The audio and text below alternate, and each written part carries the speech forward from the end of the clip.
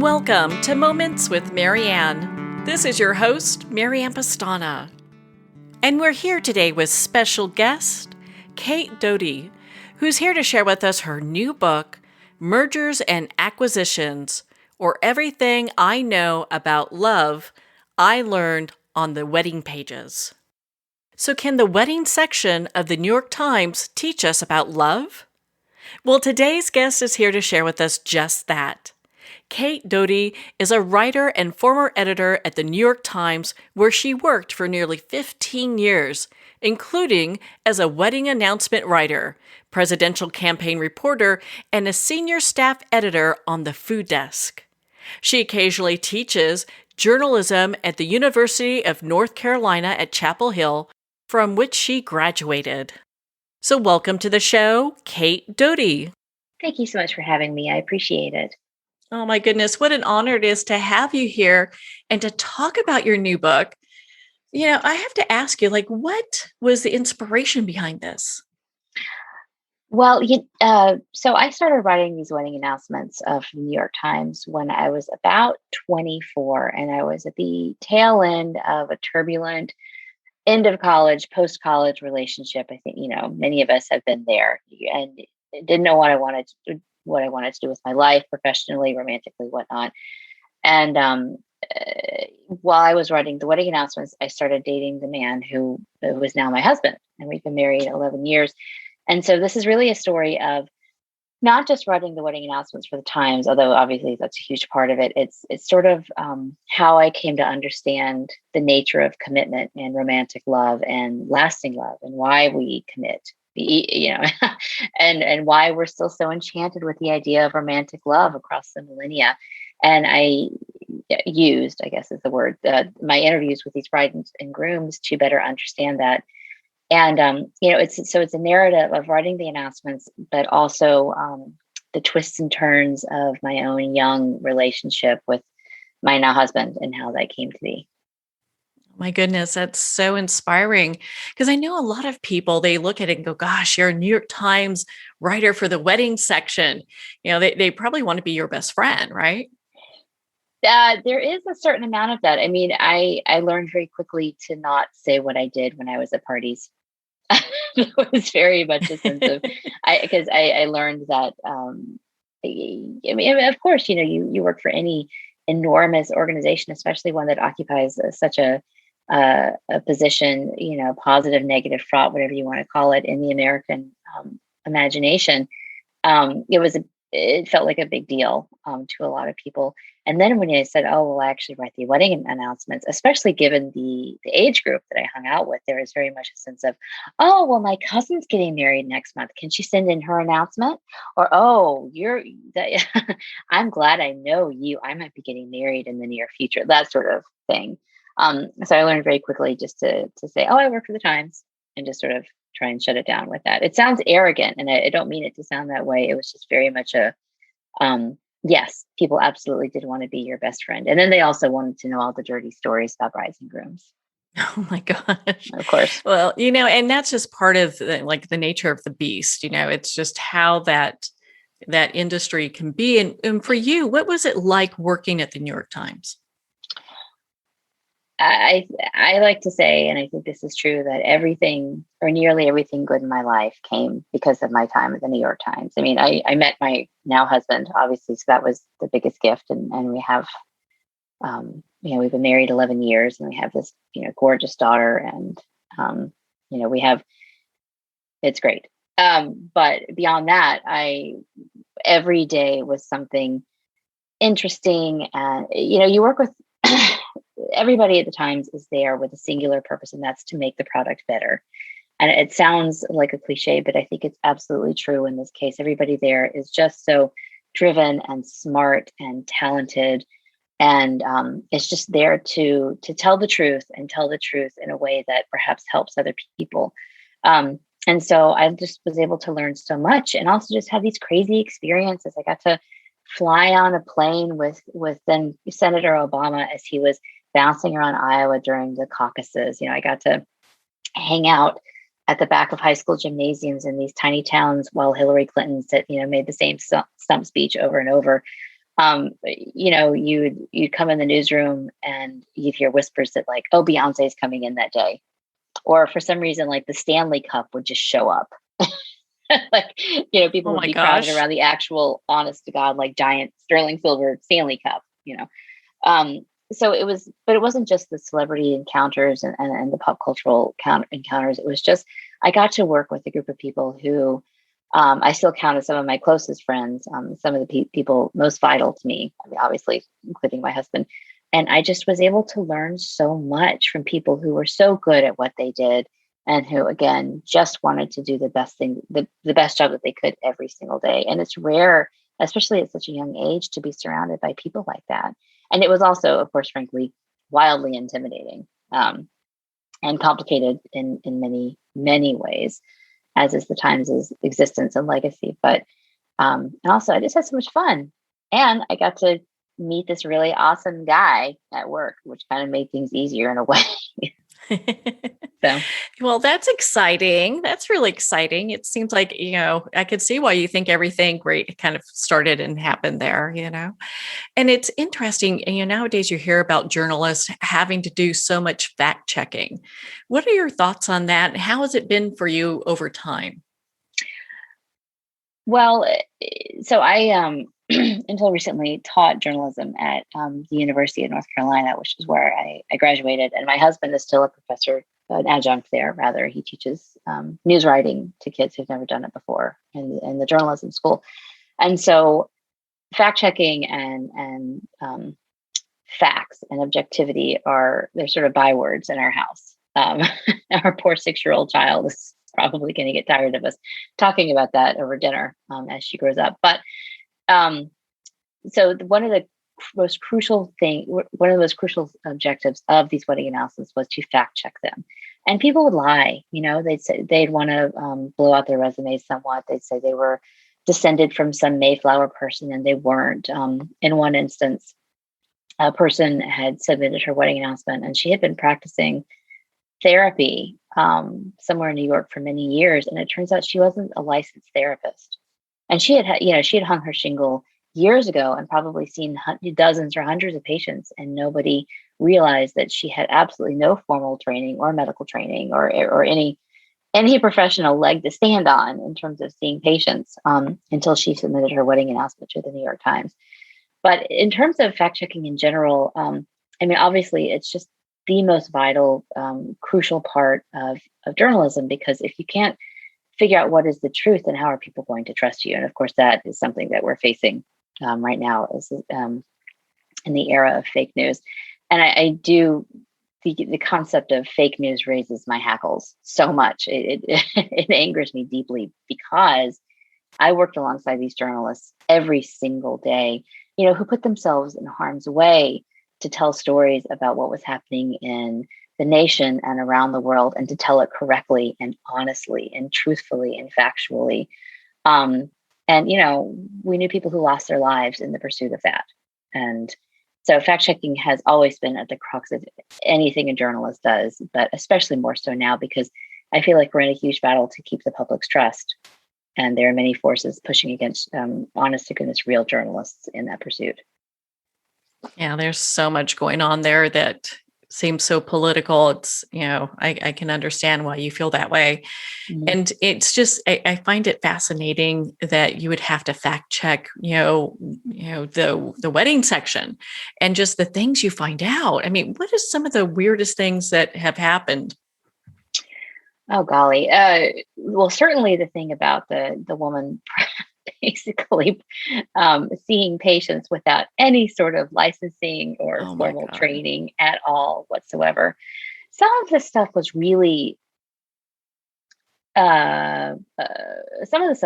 like lying about titles or lying about what their parents really did. And there was an awful lot of, if you'll notice when you read these particular wedding announcements, you'll notice that they often include, the groom's first marriage ended in divorce, or the bride was widowed, or something like that. And a lot of brides and grooms really hated the idea of including that information in the wedding announcement. But one of the points of these wedding announcements was to really paint a portrait in full of these couples And as the weddings editor thought, a former marriage, whether it ended in divorce or the person was widowed, that's part of that full portrait. A second marriage is obviously just as important as a first marriage, but the first marriage is perhaps a setup for the second one, if that makes any sense. It was to the wedding editor's mind, it was just as important as from the school that the bride graduated from, or something like that. I'm trying to think. I just remember catching people out in so many small lies that it embarrassed them so much. And the defensiveness that you would be greeted with when you would call the bride and groom back and say, "Hey, are you sure you're a vice president? Because I called your HR department and they said, this, that, or the other." So they sound like small, really insignificant details. And in the scope of a person's life, they are. But when you get busted for lying like that, it's deeply embarrassing. It's not a good situation, especially in the week or the week or two before your wedding is such a fraught emotional time anyway. So to have to deal with that is just, I think it was really challenging. Well, it really is interesting when you look at that, because the fact checking that you guys have to go through just to prove, the people are who and what they say they are is such a big deal. And why do you feel like the Times, being listed in the Times vow section is so coveted? Well, the Times is, again, it occupies such a position in the American imagination, for better and for worse. And so, and also people of the most elite echelons of American society still read the Times. And so to have your wedding announcement read by, I don't know, like maybe the president is reading your wedding announcement, maybe Dr. Biden is sitting down on Sunday morning, drinking a cup of coffee and reading the wedding announcements. Who knows?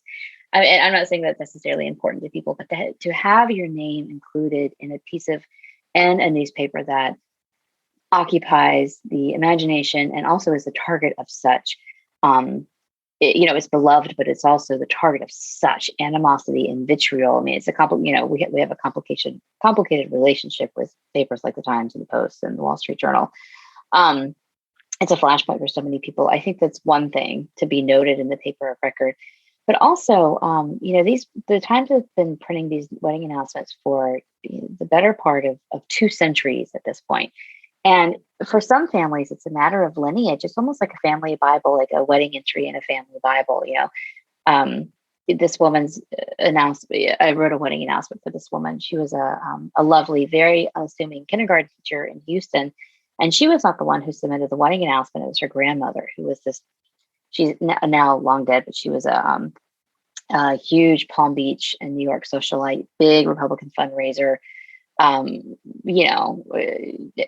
out at the White House a huge amount, and just had a huge amount of power. And that woman had been deeply connected to families like the Astors and the Vanderbilts, the names of these huge wealthy families that we as Americans have been hearing about for decades and centuries. They occupy a huge place in our, the larger American story. And so to this woman's grandmother, whose wedding announcement had been in there, whose sisters had been in there, whose other daughters had been in there, whose other grandchildren had been in there. It was as much a piece of family lore as anything else. And also the book is called Mergers and Acquisitions. And so marriage, as we all know, to a certain extent, is an economic proposition. And so when you're talking about a marriage, you're talking about the merger of 2 families. And sometimes people would say you're talking also about an acquisition. And so I think it's a bunch of these different reasons, but it all adds up to, for the 2 weeks before what some of these couples get married, the weddings editor holds an outsized position of importance in their minds. Well, on that note, we're going to pause here for a quick break. We've been speaking with Cate Doty in regards to her new book, Mergers and Acquisitions. You've been listening to Moments with Marianne. We'll be right back after these messages. Every day, pets are surrendered and abandoned. For these helpless and hurting animals, Paws Humane Society acts as a voice for the voiceless, providing hope for a brighter future. You can make a difference in the life of a shelter pet. Become a humane hero today. Just $10 a month will provide much-needed food, shelter, medical care, and love. It takes a community. It takes heroes like you. Together we can. Together we will. Together we are Paws Humane. Visit pawshumane.org to be a hero in every animal story. Lindsay Roy's new book, The Gift of Perspective, is a must-read. Lindsay's unique life stories of surviving and thriving after 2 major life challenges is a wonderful companion to start your new year. It's a great guidebook for anyone facing a challenge, big or small, in business or in life. Lindsay's own stories and the anecdotes of those she met along the way help illuminate real ideas in real circumstances, drawing out reflections and actionable takeaways for all. Full of faith, grit, and humor, this book has the power to change how you see things. The Gift of Perspective is available at Amazon or visit Lindsay's website at lindsayroy.com. I'd like to thank Jason Eastwood at Guitarfulness for sharing his inspiring music and talent with us. His music is known worldwide for cultivating atmospheres of harmony, inner peace, and clarity. Visit Jason's website at guitarfulness.com. Join his newsletter, be part of his community, and download his music.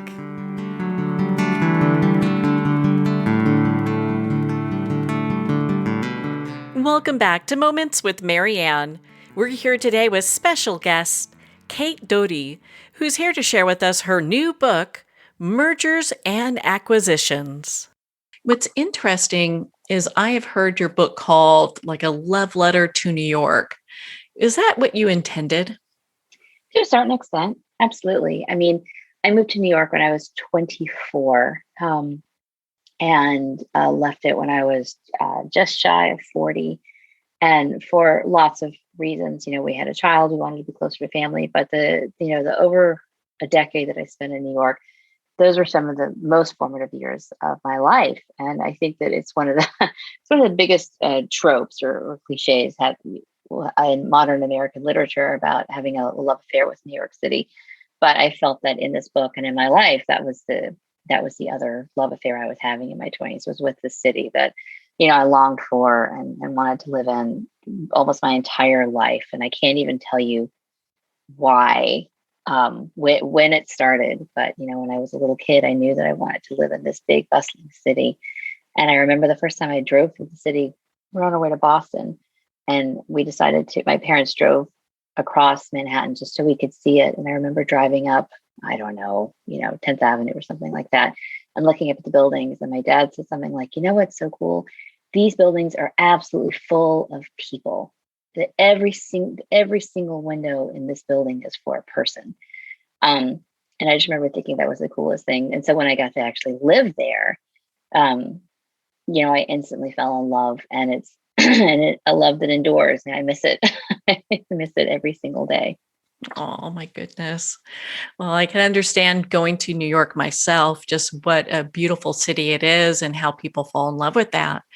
In your book, Mergers and Acquisitions, there's some ideologies that challenge the readers. I'd love for you to share that with us. Yeah. Yes. Well, I would certainly identify as a feminist for sure. I think one of the things about modern marriage, or one of the things about marriage in particular, just in general, is that it evolves over time. I mean, it's a partnership between two people, right?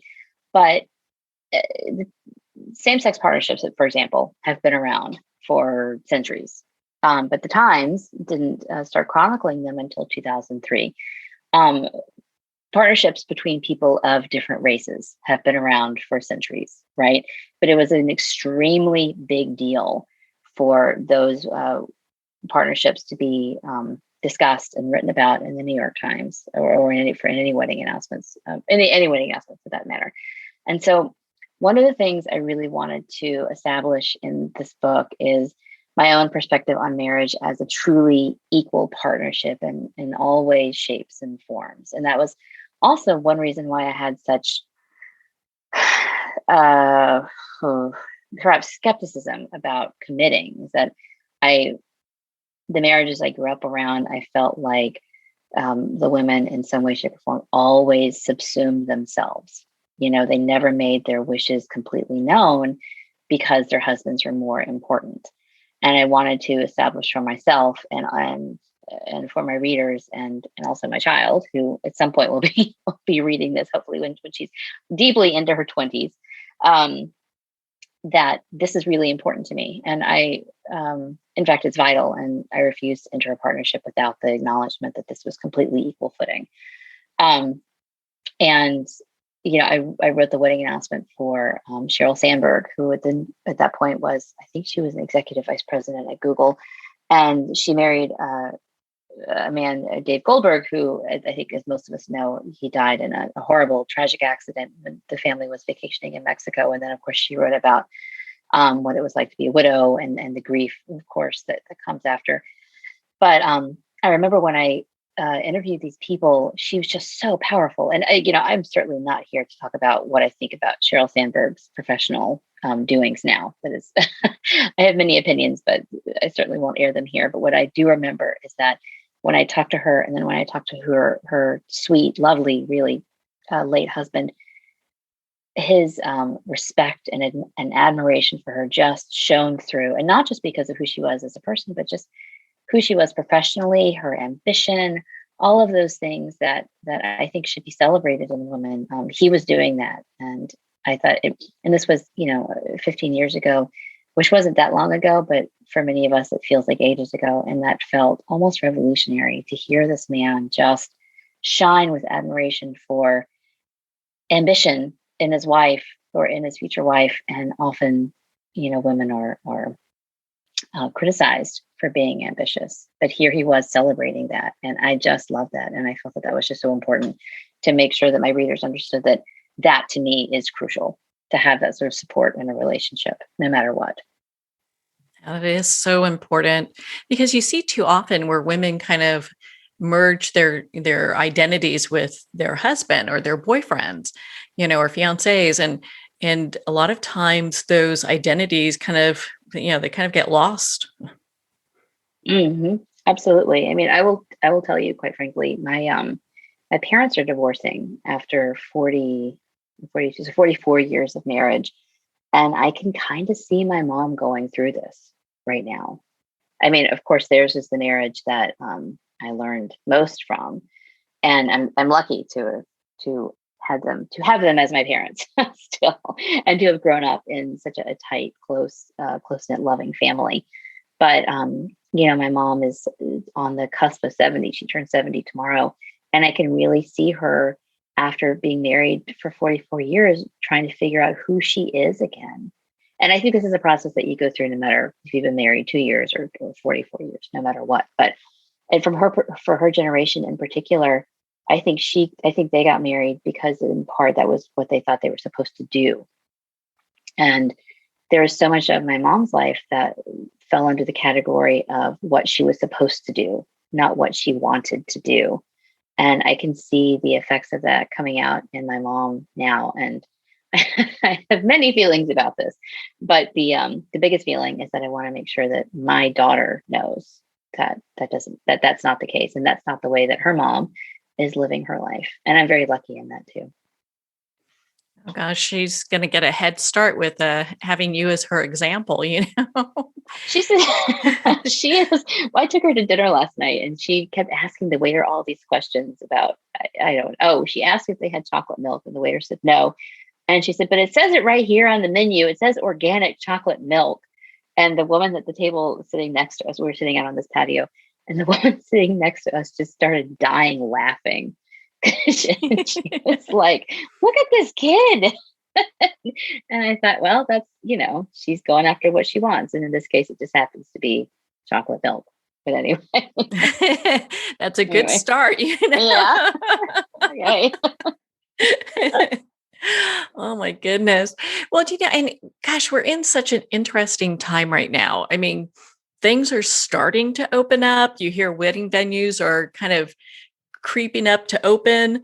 What do you think are some of the challenges the wedding industry will still experience during this pandemic?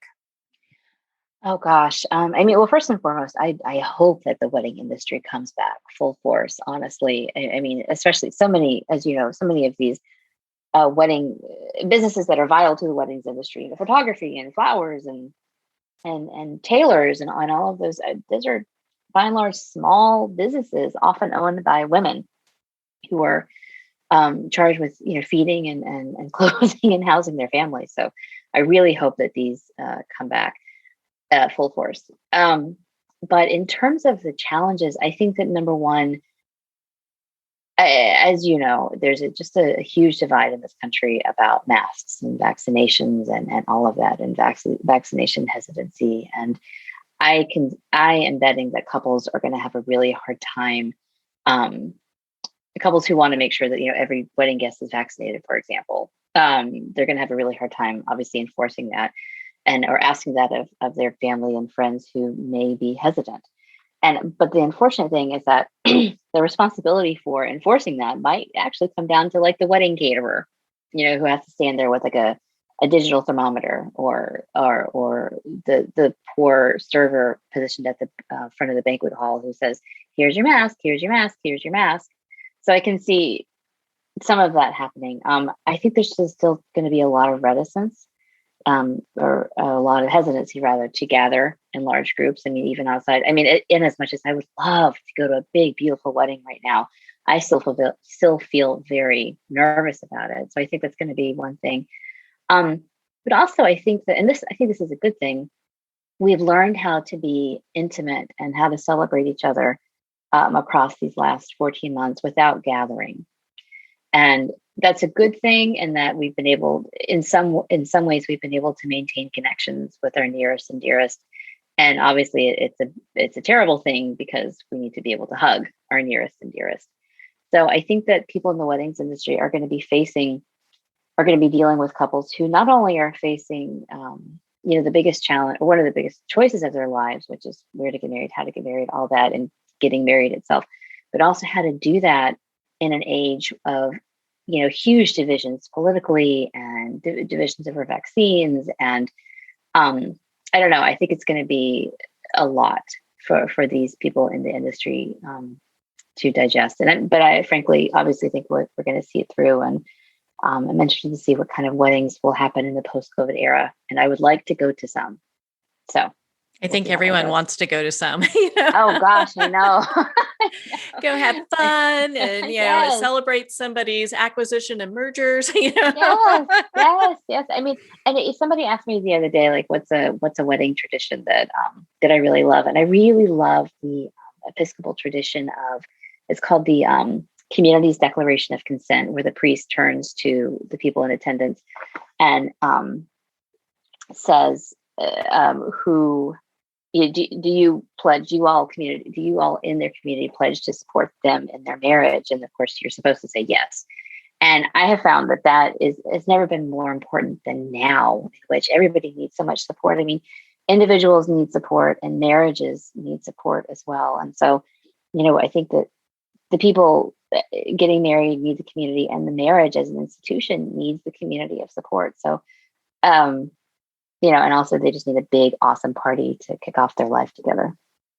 Yeah. I think, people really do want to, come together as a community when it's safe to do so. And so we're kind of walking the line there, making sure that we do everything we're supposed to do, keep everyone safe, Yep. I hope so. So. We'll get there. I fully expect to go to some bang up weddings in 2022. Oh, without a doubt. Well, and so I know, gosh, I even hate to ask this question, but I'm just curious as get out, I know that, when authors, they like to write several things at the same time or have something else planned. Do you have another writing that you're working on right now? Yes, I do. I have a novel in progress about a friendship that starts off in a mill town in North Carolina in the 1920s, and it sort of goes to the 1970s and sort of sees the best and worst of America together and separately. It's completely different from a memoir about writing the wedding announcements, but it's still about interpersonal relationships and the mergers that we find ourselves in. So, yes, I am chipping away at it. Very exciting, because I know there's a lot of history that's very rich in that area. Oh, for sure. I mean, my husband told me the other day he needs me to stop buying research books because I have, piles and piles scattered around my office. But it's my office; he can just shut the door. It's fine. But it's been such a joy to do all this research. So I'm hopeful that I can, get it to my agent's hands soon, and we'll see what happens. That sounds very exciting. My goodness, Cate, I mean, we could talk forever. I just loved your book, Mergers and Acquisitions. Where can our listeners connect with you and be part of your community and learn more about your work? You can visit my website, catedoty.com. That's Kate with a C. You can find me under the same handle on Twitter and Instagram. And most important, you can buy Mergers and Acquisitions at your favorite local indie bookseller. Or if you're so inclined, the Big A also has many copies, as far as I know, and Barnes & Noble, anywhere they sell books. Well, Cate, thank you so much for taking the time to be on the show with us here today. Thank you so much for having me. I really appreciate it. I love talking to you. Well, thank you, Cate. It's been such an honor to spend this time with you and to talk about your new book, Mergers and Acquisitions. Mergers and Acquisitions is available at Amazon, Barnes & Noble, and all indie retailers. And remember, support our indie bookstores. If you don't see it on the shelf, just ask for them to order it. Well, we're at the end of our time today. I'd like to thank everyone for tuning in. You've been listening to Moments with Marianne, where we make every moment count.